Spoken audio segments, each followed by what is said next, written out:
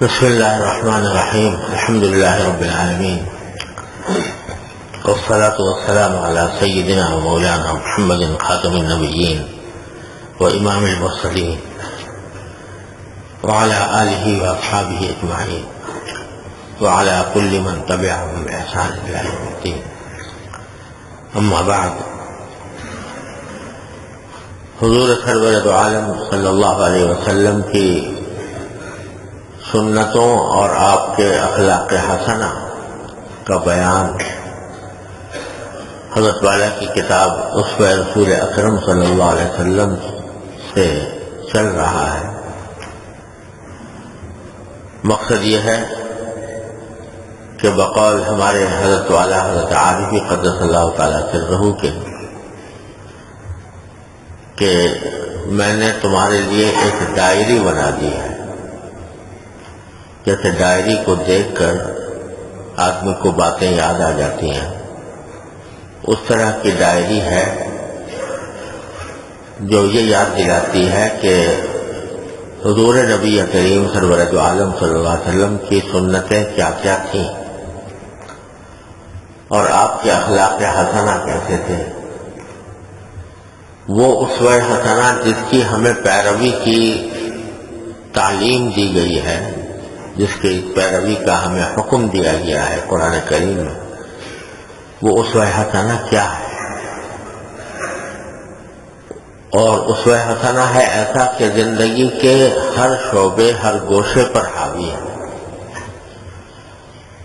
انسان کی زندگی میں جتنے بھی حالات پیش آتے ہیں، جتنی بھی حاجات پیش آتی ہیں، جتنے بھی کیفیات ہوتی ہیں، ان سب میں نبی کریم سرور دو عالم صلی اللہ علیہ وسلم کا اسوہ حسنہ ہمارے سامنے موجود ہے۔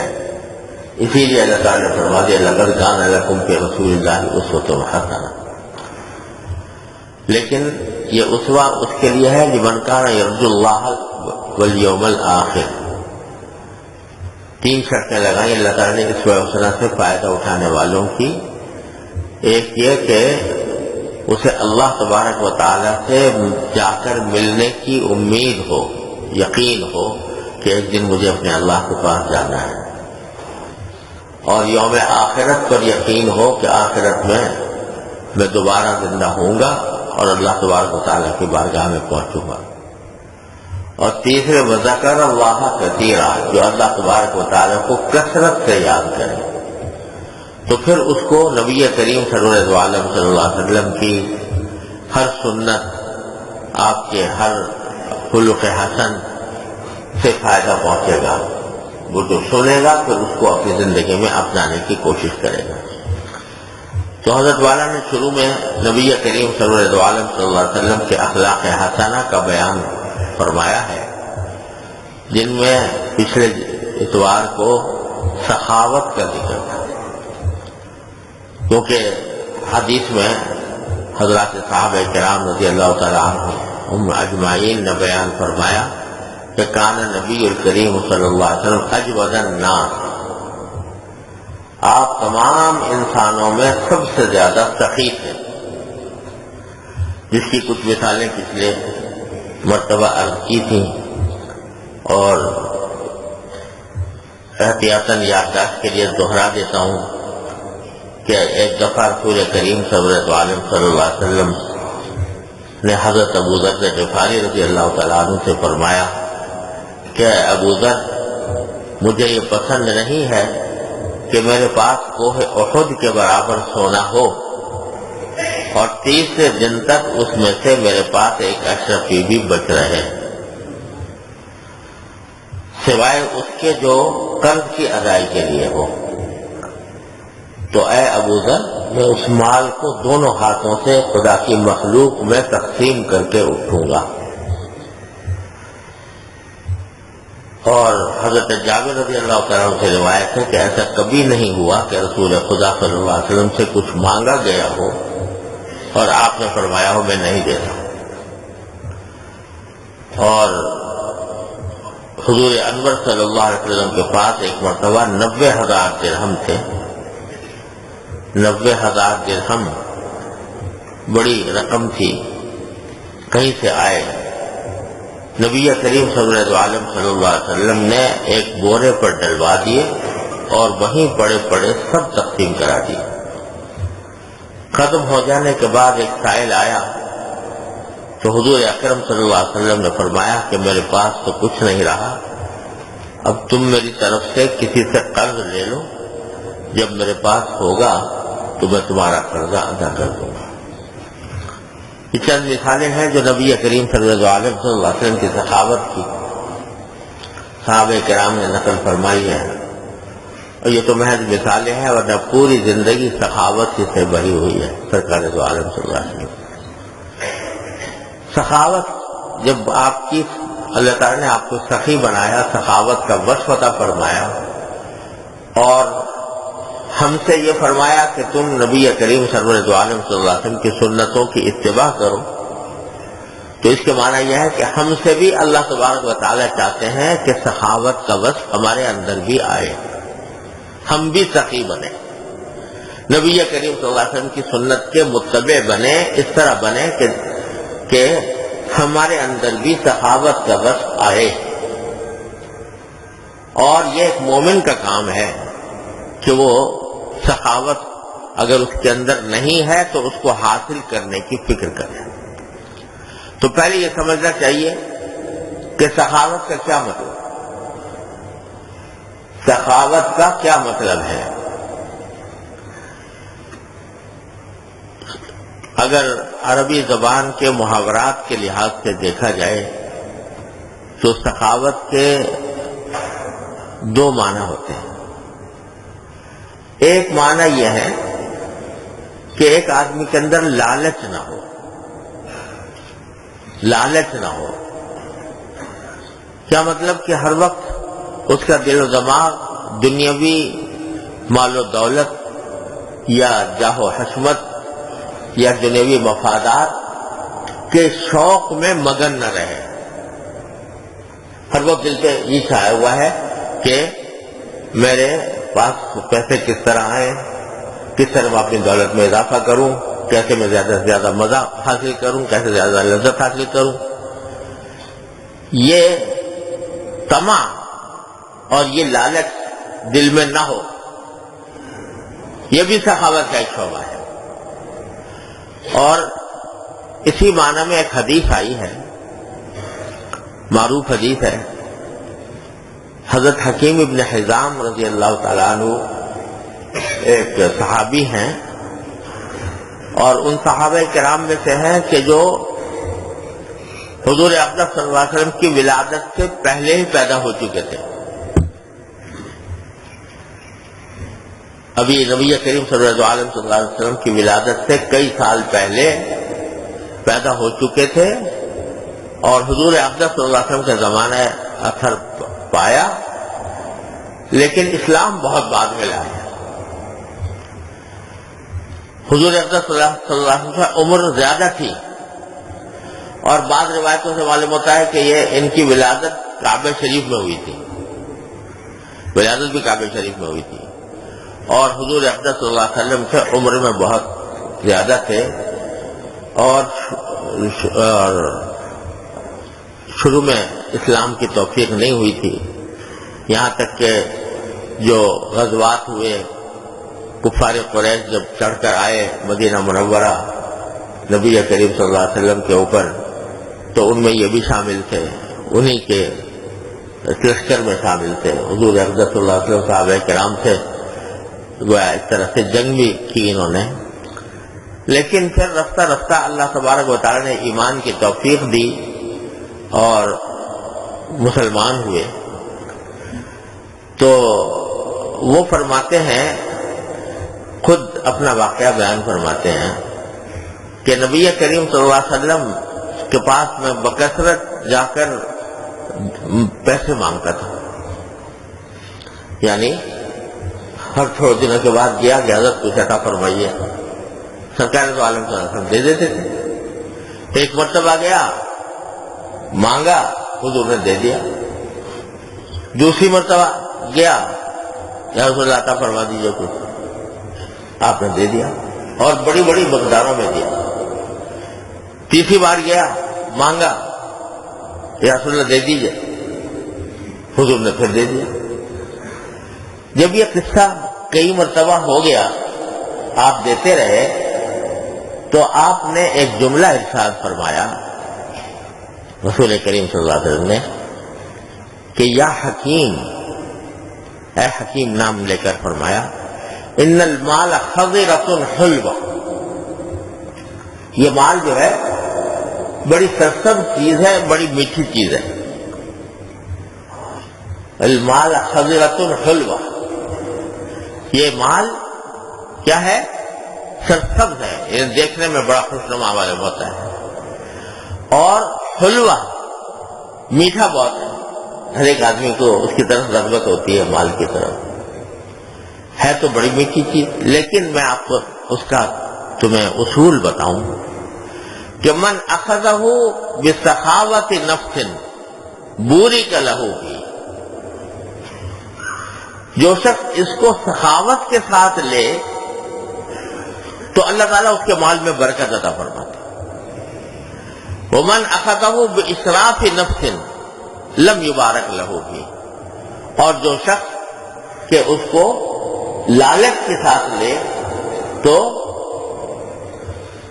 اس میں برکت نہیں ہوتی. یہ جملہ اس کا فرما دیا سرکار نے. کیا فرمایا؟ جو شخص سخاوت نفس کے ساتھ لے اس کے مال میں برکت ہوتی. اب یہاں لینے والے کی سخاوت کا ذکر ہو رہا ہے. لینے والا جو مال کسی سے لے رہا ہے وہ سخاوت کے ساتھ لے. کیا معنی سخاوت کے ساتھ لینے کے؟ کہ ایک طرف لالچ کی حالت میں نہیں، کیونکہ اس کے مقابلے میں اسراف نفس یعنی لالچ کی بات کی ہے. تو لالچ کے ساتھ نہیں لے. یہ نہیں کہ دل لگا ہوا ہے مال کی طرف اور دن رات اسی کے فکر میں غلطہ بیچا ہے، اسی کے خیال آتے ہیں، اسی کے خواب آتے ہیں، اسی کے منصوبے بناتا ہے، اسی کے پالیسیاں بناتا ہے. بلکہ سخاوت نفس کہ بھئی اللہ تعالیٰ جو عافیت کے ساتھ عطا فرما دے گا، اللہ تعالیٰ کا کرم ہوگا، میں اس سے فائدہ اٹھاؤں گا. جو میری قسمت میں نہیں ہے اس کے پیچھے نہیں پڑوں گا. یہ ہے سخاوت نفس، لینے والے کی سخاوت نفس. تو جو سخاوت نفس کے ساتھ لے گا یعنی بغیر لالچ کے لے گا، اللہ تعالیٰ کی عطا سمجھ کر لے گا، اس کا شکر ادا کرے گا، تو کیا ہوگا؟ اس کی مال میں برکت ہوگی. اور جو شخص کے اشراف نفس کے ساتھ لے گا یعنی لالچ کے ساتھ لے گا، کہ دل لگا ہوا ہے کہ مجھے فلاں چیز مل جائے اور ملنے والی ہے، ملے گی تو بڑا مزہ آئے گا، ملے گا تو بڑا لطف حاصل ہوگا. یہ اسراف نفس. اس کے ساتھ جو لے گا تو وہ برکت نہیں ہوگی. کیا معنی؟ مال کی گنتی میں تو شاید اضافہ ہو جائے، لیکن گنتی میں اضافہ ہونے کے باوجود جو مال کا اصل فائدہ ہے کہ راحت ملے، اس مال سے لطف حاصل ہو، اس سے راحت ملے، وہ برکت حاصل نہیں ہوگی. برکت نہیں. یہاں اب حدیث میں پھر آتا ہے کہ حضرت حکیم بن حزام رضی اللہ تعالیٰ عنہ فرماتے ہیں کہ میں نے اسی وقت قسم کھا لی رسول کریم صلی اللہ علیہ وسلم کے سامنے کہ آپ نے جب یہ فرما دیا کہ لالچ کے ساتھ لینے میں برکت نہیں ہے، بغیر لالچ کے اگر آ جائے تو برکت والا ہے، تو آج کے بعد میں کسی کے مال میں حبہ برابر کمی نہیں کروں گا. یعنی کسی سے مانگوں گا نہیں، کسی سے کچھ لوں گا نہیں، جو اللہ تعالیٰ عطا فرما دیں گے. وہ حضور اقدس صلی اللہ علیہ وسلم کا وصال ہو گیا، تشریف لے گئے، فاروق اعظم کا زمانہ آ گیا.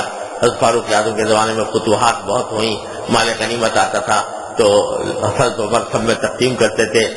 حضرت حکیم بن حزام کو بھی بلاتے کہتے ہیں بھائی تمہارا حصہ ہے لے لو. کہا جی نہ، میں نے حضور اقدس صلی اللہ علیہ وسلم کے سامنے یہ اقرار کر لیا تھا کہ اب کسی سے نہیں لوں، جتنا آپ سے لے لیا بس لے لیا، اس کے بعد اب کسی سے نہیں لوں گا، لہذا لیتے نہیں. ساری زندگی یہ عمل رہا. لیکن یہاں دو باتیں سمجھنے کی ہیں کہ فرمایا لالچ کے بغیر جو آئے گا اس میں برکت ہوگی.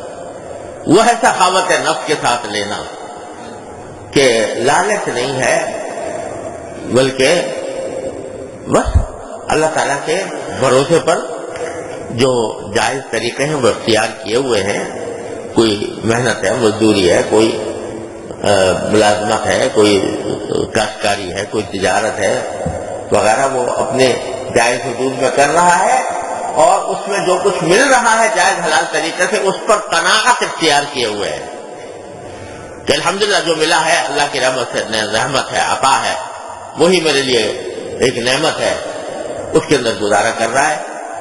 اور لالچ میں نہیں ہے کہ اور اتنا مل جائے اور اتنا مل جائے، لالچ کی تو کوئی حد نہیں. حدیث میں رسول کریم صلی اللہ علیہ وسلم نے فرمایا کہ اگر ابن آدم کے بیٹے کو ایک وادی سونے کی مل جائے تو وہ چاہے گا دوسری وادی میں مل جائے، اور 2 وادی بھری ہوئی سونے کی مل جائے تو چاہے گا کہ تیسری مل جائے. اور پھر یہ جملہ فرمایا کہ ابن آدم کا پیٹ سوائے مٹی کے کوئی چیز نہیں بھر سکتی. پیٹ تو اسی وقت بھرے گا جب مٹی مٹی میں چل جائے.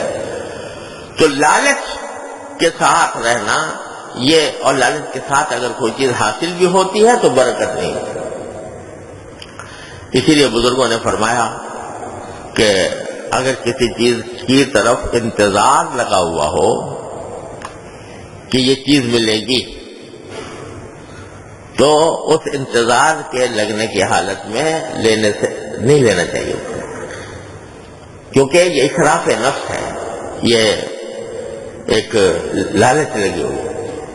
ایک آدمی ہے مثال کے طور پر، وہ آپ کے لیے جب بھی آتا ہے کوئی ہدیہ لے کے آتا ہے مثال کے طور پر، اور وہ اس کی عادت ہے.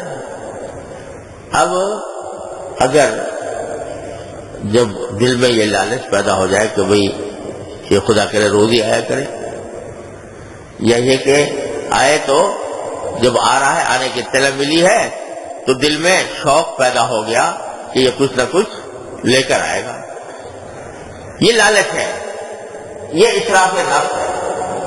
لہذا ایسی صورت میں ہدیہ قبول کرنا اچھا نہیں ہے، ناجائز بھی نہیں لیکن اچھا بھی نہیں، برکت بھی نہیں ہوتی. ہاں اللہ تبارک و تعالیٰ کی عطا بغیر کسی انتظار اشتیاق انتظار کے مل جائے تو وہ اللہ تعالیٰ کی عطا ہے، اس کو اللہ کا شکر ادا کر کے لینا چاہیے.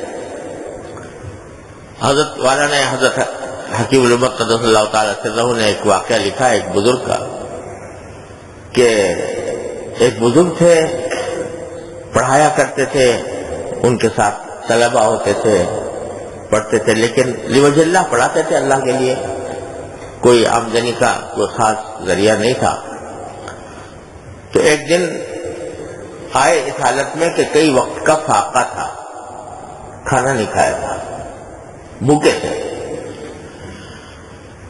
اللہ، ایک طالب علم جو ساتھ پڑھنے کے لیے آئے ہوئے تھے، ان میں سے ایک طالب علم نے چہرے کا انداز دیکھ کر یہ سمجھا کہ میرے شیخ جو ہے وہ بھوکے ہیں، بھوک کے آثار چہرے پر نظر آ رہے ہیں. تو اس نے سوچا کہ میں اپنے شیخ کی خدمت کروں. اس خدمت کی غرض سے وہ وہاں سے مجلس سے اٹھا اور گھر گیا، اور گھر سے اپنے کچھ کھانے کا سامان ایک تھال میں رکھ کر لے کر آیا اور حضرت کی خدمت میں پیش کیا کہ حضرت یہ ہدیہ ہے، قبول فرما لیجیے. انہوں نے انکار کر دیا، کہا کہ نہیں، لے بس اللہ تعالیٰ کا شکر ہے، آپ لے جاؤ. انکار کر دیا. وہ شاگرد بھی بڑا سمجھدار تھا، اس نے بھی کوئی اصرار نہیں کیا، اٹھا کر لے گیا یہاں تک کہ نظروں سے غائب ہو گیا. تھوڑی دیر کے بعد پھر لے کر آیا اور کہا حضرت آپ قبول فرما لیجیے. تو انہوں نے قبول فرما لیا اور کھا لیا. کیا ہوا کہ پہلی مرتبہ وہ شاگرد بھی سمجھ گیا کہ جب میں اٹھ کر گیا تھا تو استاد کے دل میں یہ خیال پیدا ہوا کہ یہ شاید میرا شاگرد کچھ میرے لیے لینے کے لیے گیا ہے، میرے واسطے لینے کے لیے گیا ہے. تو اسراف پیدا ہو گیا، اسراف نفس پیدا ہو گیا، ایک انتظار پیدا ہو گیا یہ کچھ لے کر آئے گا. تو اب جو لیتے تو اسراف نفس کے ساتھ لیتے اور انتظار کے ساتھ، اشتیاق کے ساتھ لیتے تو اس میں برکت نہ ہوتی، اس لیے واپس کر دیا. شاگرد بھی سمجھ گیا کہ اس وجہ سے میرے شیخ نے واپس کیا، جب واپس لے گیا، اور جب واپس لے گیا تو ظاہر ہے انتظار ختم ہو گیا، انتظار ختم ہو گیا. تو پھر جب انتظار ختم ہو گیا دوبارہ لے کر آیا تو اب کوئی اشکال نہیں تھا، لے لیا شیخ. تو یہاں تک بزرگوں نے احتیاط فرمائی ہے اس بات سے کہ آدمی کے دل میں لالچ پیدا ہو اور وہ لالچ کی وجہ سے کوئی چیز لے تو اس میں برکت نہیں ہوتی. اللہ تبارک و تعالیٰ حضرت نبی کریم صلی اللہ علیہ وسلم اس حدیث میں یہ بات ارشاد فرمائی، برکت نہیں ہوتی اگر لالچ کے ساتھ لی جائے. یہاں پر مجھے اپنے حضرت حکیم الامت رضی اللہ تعالیٰ عنہ کی ایک اور بات یاد آ گئی. حضرت کے مواعظ ملفوظات میں میں نے کہیں پڑھا تھا کہ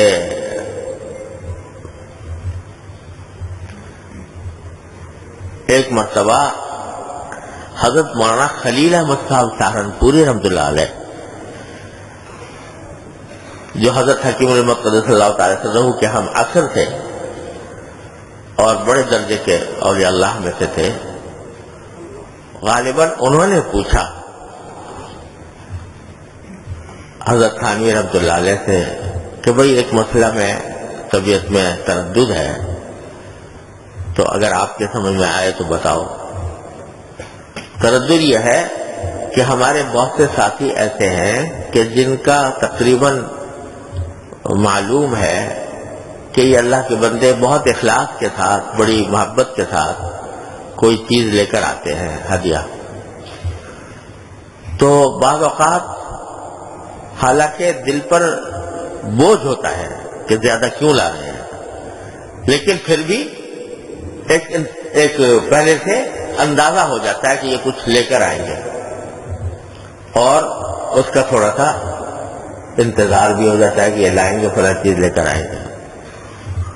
تو کیا یہ اسراف نفس ہے اور یہ لالچ ہے؟ اگر لیں ایسی صورت میں تو اس کا مطلب تو یہ ہوا کہ وہ ہمیشہ لاتے ہیں، ہمیشہ ہی انکار کیا جائے، کبھی لیا نہ جائے. تو حضرت حکیم الامت قدس اللہ تعالیٰ سرہ نے اس کے جواب میں فرمایا کہ حضرت یوں خیال ہوتا ہے کہ جس اسراف نفس سے منع کیا ہے حدیث میں وہ ہے کہ اگر وہ شخص کسی وقت نہ لائے تو طبیعت میں رنج ہو، نہیں لایا کبھی تو طبیعت بھائی اب کہ لایا ہی نہیں ہے، اس کا افسوس ہونے لگے، رنج ہونے لگے، تو وہ ہے اسراف نفس.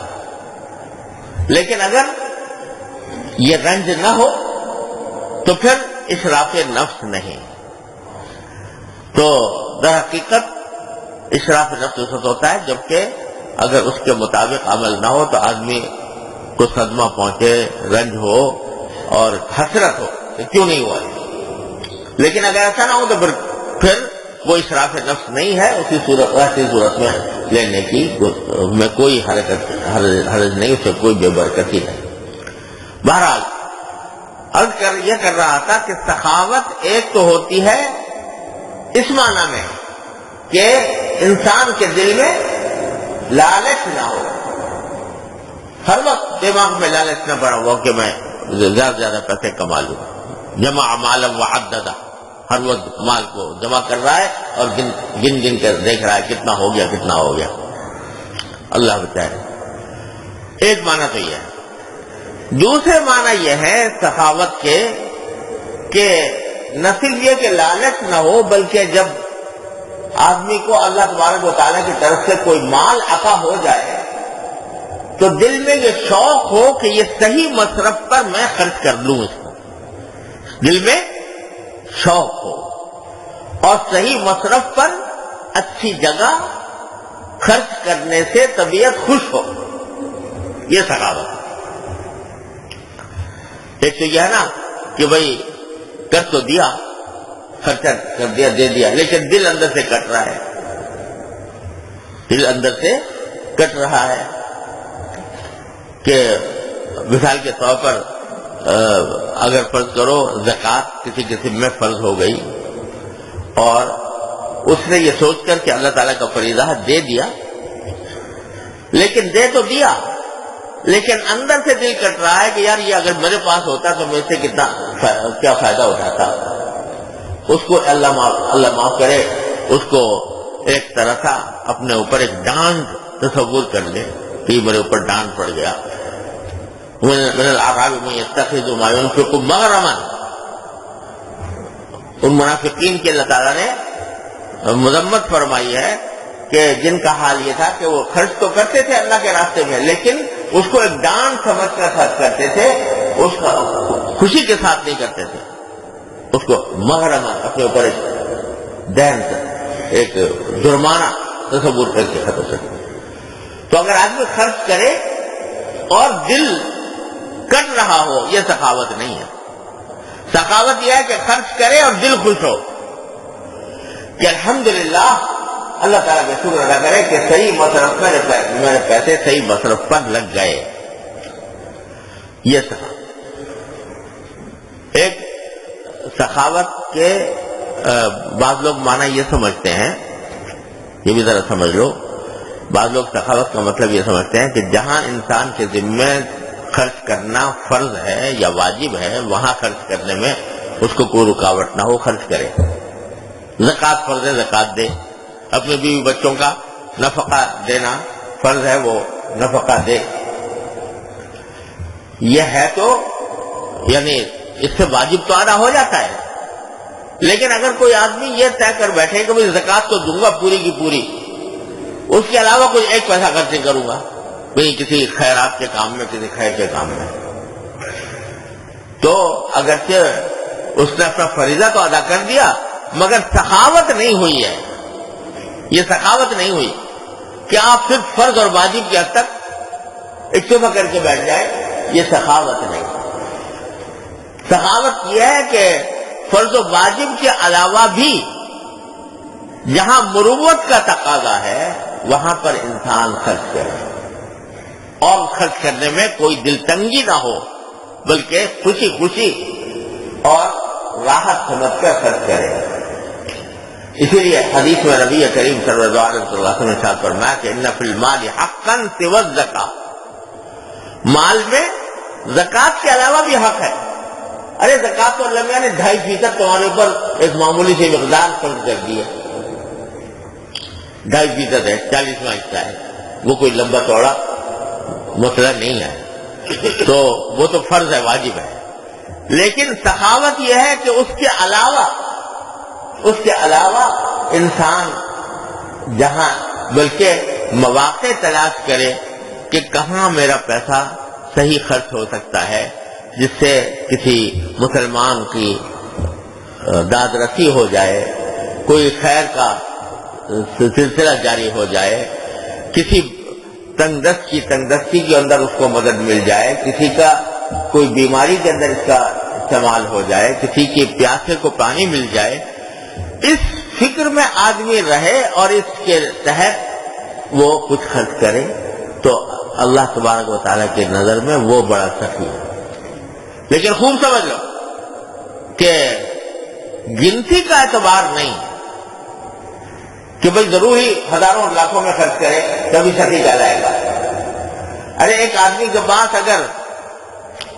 کے پاس اگر تھوڑی آمدنی ہے اور اس میں سے وہ تھوڑا سا حصہ خرچ کر دیتا ہے، 5 روپے خرچ کر دیتا ہے، اور ایک وہ شخص ہے کہ جس کے پاس کروڑوں کی آمدنی ہے اور وہ 5 لاکھ خرچ کرتا ہے، اللہ تبارک و تعالیٰ کی نظر میں دونوں برابر ہیں. یہ 5 روپے خرچ کرنے والا یہ بھی سخی ہے، اور اگر جس کی آمدنی کروڑوں اربوں میں ہے وہ اگر 500 کرے تو وہ بھی بخیل ہے کہ کہاں اتنی بڑی دولت اللہ تعالیٰ نے اس کو عطا فرما رکھی ہے اور اس میں سے اتنا تھوڑی سی رقم وہ خرچ کر رہا ہے، وہ بخیل ہے. اور یہ وہ سب جس کی آمدنی 1000-1200 ہے اس میں سے 5 روپے وہ خرچ کر رہا ہے، وہ بڑا سخی ہے کہ اس نے اپنی ایثار سے کام لیتے ہوئے اپنے پاس سے نکالا۔ میں نے اپنا والد ماجد قدس اللہ تعالیٰ سرہ سے پتہ نہیں کتنی مرتبہ سنا یہ واقعہ کہ دیوبند میں ایک بزرگ تھے، وہ گھاس کاٹ کر بیچا کرتے تھے، یہ ان کا ذریعہ آمدنی تھا۔ گھاس کاٹتے تھے اور گھاس کاٹ کر بیچتے تھے، یہی آمدنی۔ اس سے 6 پیسے کی آمدنی ہوتی تھی، 6 پیسے۔ اب تو پیسہ بھی نہیں جانتے لوگ، پیسہ کیا چیز ہوتی ہے۔ پیسہ تو اب وجود میں رہا ہی نہیں میرے خیال میں۔ تو وہ کہ اس زمانے میں پیسے جو ہے وہ ہوتے تھے، اور جو ہے 4 پیسے کا 1 آنا ہوتا تھا اور 16 آنے کا 1 روپیہ ہوتا تھا، تو 64 پیسے کا 1 روپیہ ہوا کرتا تھا، 64 پیسے۔ ان کو 6 پیسے آمدنی ہوتی تھی۔ اس 6 پیسے کی آمدنی میں انہوں نے یہ کر رکھا تھا کہ 2 پیسے جمع کرتے تھے اپنے گھر کے کھانے پانے کے لیے۔ اس زمانے میں سستائی کا زمانہ تھا، تو 2 پیسے جمع کیے۔ روزانہ کی بات کر رہا ہوں، روزانہ 6 پیسے ہوئے نا، تو ہفتے کے اندر جا کے 14 پیسے ہو گئے، 16 پیسے ہو گئے، یعنی 1 آنا ہو گیا۔ تو وہ اس سے اپنے گھر کا کچھ سودا سلف لے آتے تھے۔ 2 پیسے کا مصرف بھی کچھ اسی قسم کا تھا، مجھے یاد نہیں رہا، لیکن 2 پیسے رکھتے تھے۔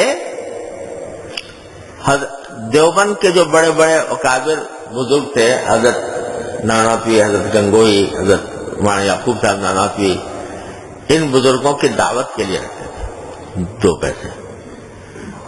تو 2 پیسے جب وہ کافی دنوں تک جمع ہو جاتے، تو جب اتنے ہو جاتے کہ دعوت کر سکے، تو ان بزرگوں کی دعوت کرتے تھے، حضرت نانوتوی کی، حضرت گنگوئی کی، حضرت مولانا یعقوب نانوتوی، یہ بڑے بڑے بزرگ، ان کو بلاتے تھے۔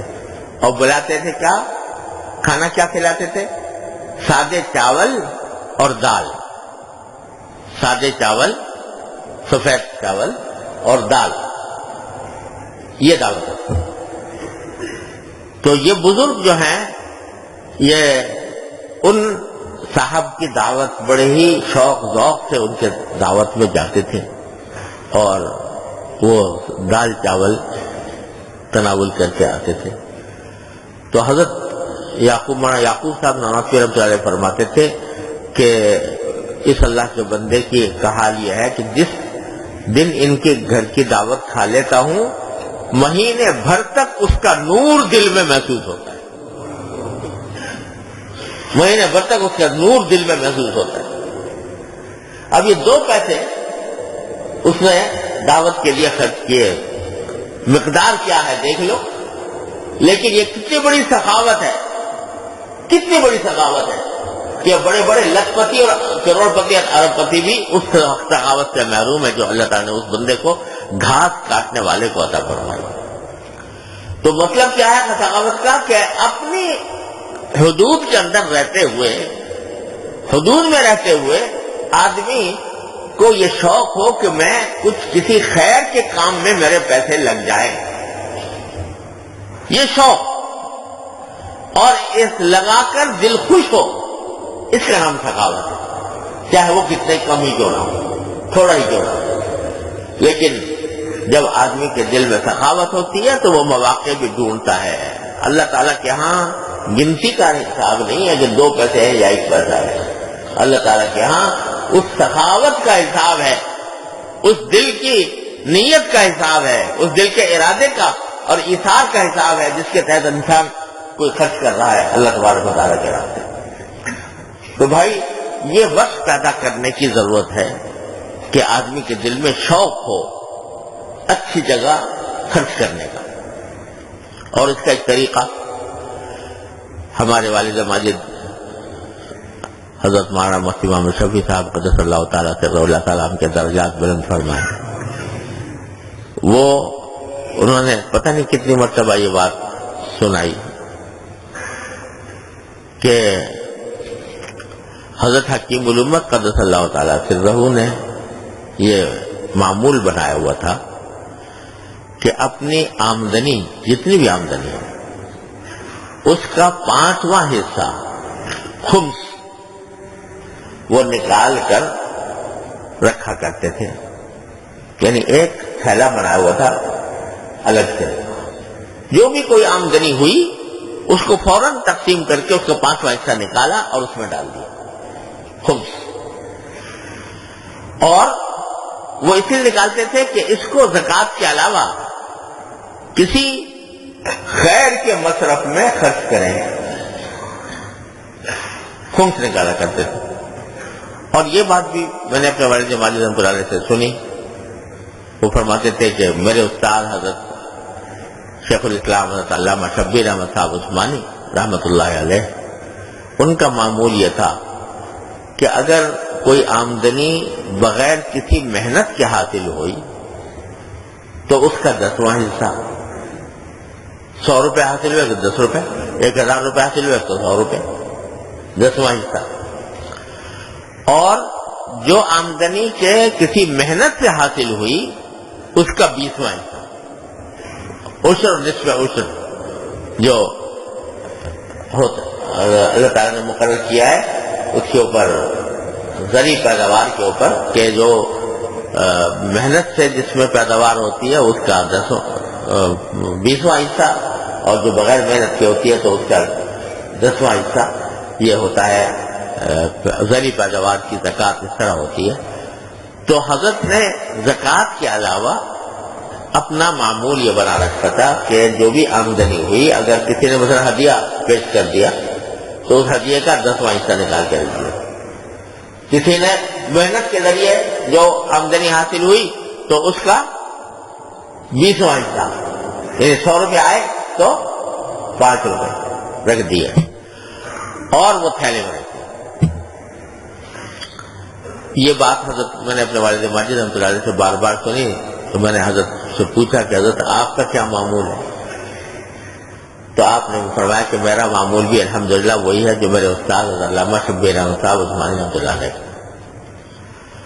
اور پھر میں نے مجھے دکھایا بھی حضرت نے کہ ایک تھیلا بنایا ہوا تھا، اور جب بھی کوئی آمدنی حاصل ہوتی اس کا 10واں یا 20واں حصہ فوراً، یعنی باقاعدہ بعض اوقات کے لیے وہ روپے بنانے پڑتے تھے، رزگاری کرانی پڑتی تھی، لیکن وہ کرا کے اس میں ضرور ڈال دیتے تھے۔ اور اس تھیلے کے اندر، اس تھیلے کو ہم نے کبھی خالی نہیں دیکھا الحمدللہ۔ اور اللہ تعالیٰ نے اس کے ذریعے یہ معلوم ہے مجھے ذاتی طور پر کہ حضرت والد صاحب قدس اللہ تعالیٰ سرہ نے ساری دنیا میں جہاں جہاں ان کے کوئی ملنے جلنے والے اعزاء اقربا موجود تھے یا جہاں کوئی کار خیر ہوتا تھا اس میں کچھ نہ کچھ حصہ حضرت والد صاحب ضرور ڈال دیتے تھے۔ فرماتے تھے کہ یہ تھیلا بنانے کا نتیجہ یہ ہوتا ہے کہ یہ تھیلا یاد دلاتا رہتا ہے کہ مجھے خرچ کرو۔ اگر کوئی مصرف خیر ذہن میں آئے، خرچ کرو، آج کل لوگ کہہ رہے ہیں بھائی شامی مہاجرین کے لیے چندہ کرو، یا برما کے مستم زدہ مسلمانوں کے لیے چندہ کرو، تو اگر آدمی وقت پر سوچے تو بعض اوقات وقت پر اس کو محنت کرنی پڑتی ہے، کیسے کہاں سے نکالوں، کس طرح نکالوں، سوچنا پڑتا ہے، کچھ تھوڑی سی دقت اٹھانی پڑتی ہے۔ لیکن جب ایک تھیلا بنا کے رکھ لیا اور رکھ کے اس پر لکھ دیا کہ بھائی یہ کسی بھی مصرف خیر کے میں اس کو خرچ کرنا، کسی خیر بھلائی کے کام میں خرچ کرنا، وہ تھیلا ہر وقت یاد دلا رہا ہے کہ مجھے کہیں لگاؤ، مجھے کہیں خرچ کرو۔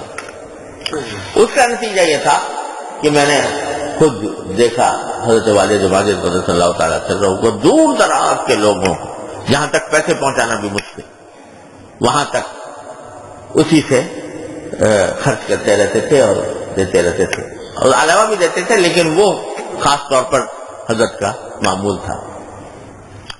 تو اللہ تبارک و تعالیٰ نے اس میں برکت عطا فرمائی۔ تو بھائی یہ ایک آسان طریقہ ہے کرنے کا کہ آدمی اپنے پاس اس طرح ایک مد بنا لے اور اپنی آمدنی کے لحاظ سے، اپنے حالات کے لحاظ سے کچھ حصہ مقرر کر لے۔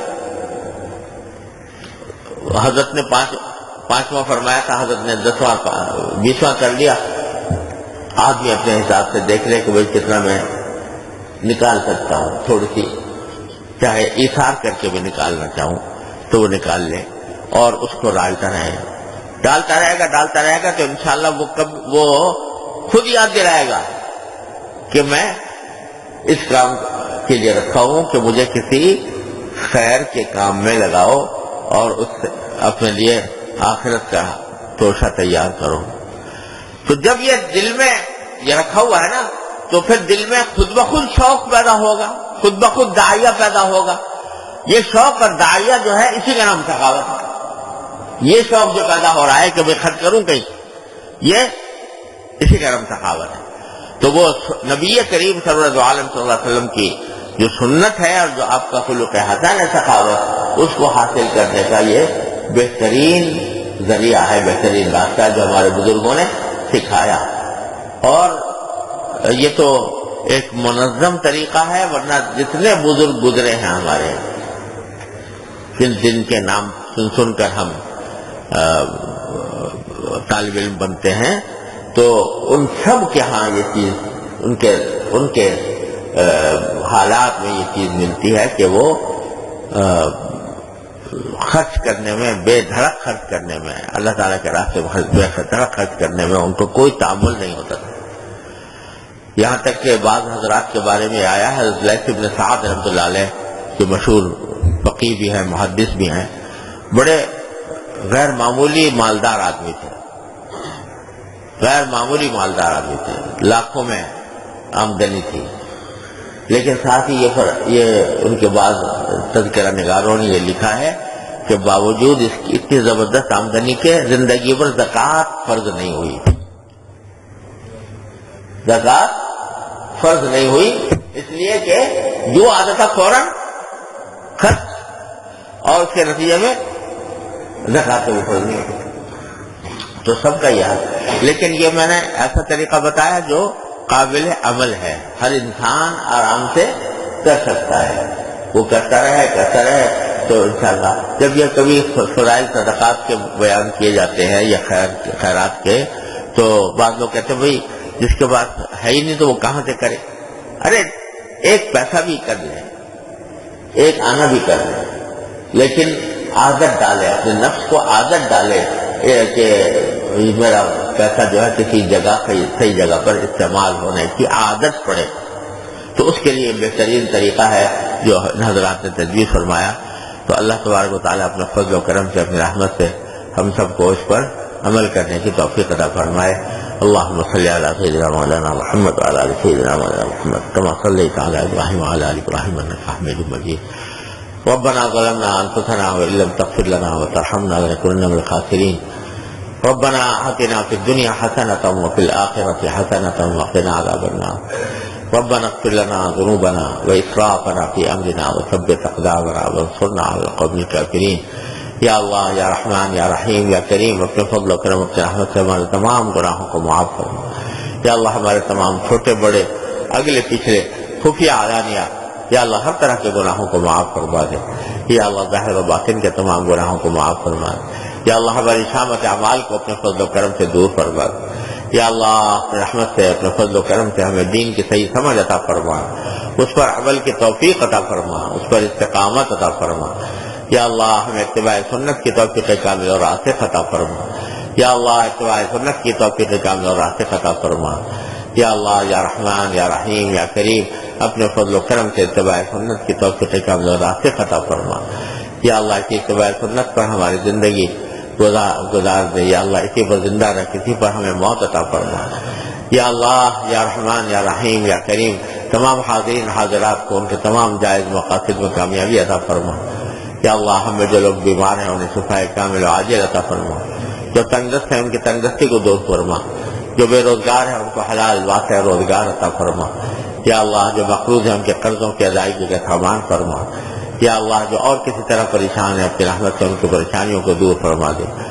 اللہم انا نسألک من خیر ما سألک منہ عبدک و نبیک سیدنا محمد صلی اللہ علیہ وسلم ونعوذ بک من شر ما استعاذک منہ عبدک و نبیک سیدنا محمد صلی اللہ علیہ وسلم.